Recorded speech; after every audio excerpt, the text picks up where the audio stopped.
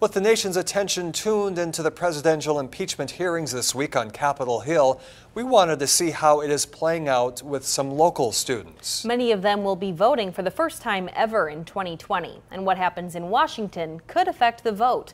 Our Alex Tejada visited RCTC today to hear from professors and students about the proceedings. Alex.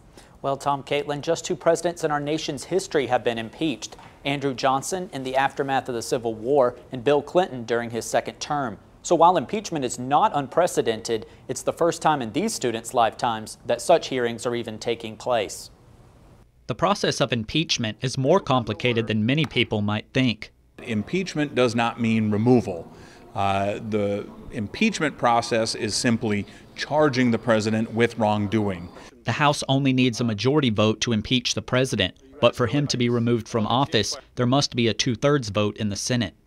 Well, that's not going to happen unless, there's just some amazing bombshells that come in because, right now the Republicans control the Senate. So if the president's position is not under threat, I asked the students if the impeachment hearings are worth the time it will take.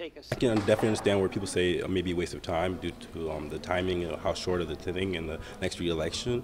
But I do believe someone should be held accountable for their actions and whatnot.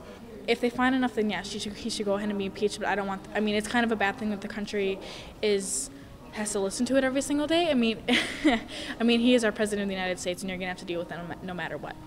And while the impeachment hearings might not end up in President Trump's removal, Israelson says it could hurt his re-election hopes. He did well among suburban women voters.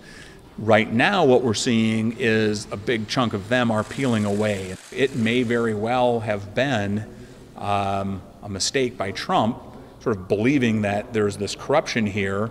He also says some of the presidential impeachment hearings we've already seen have taken surprising turns.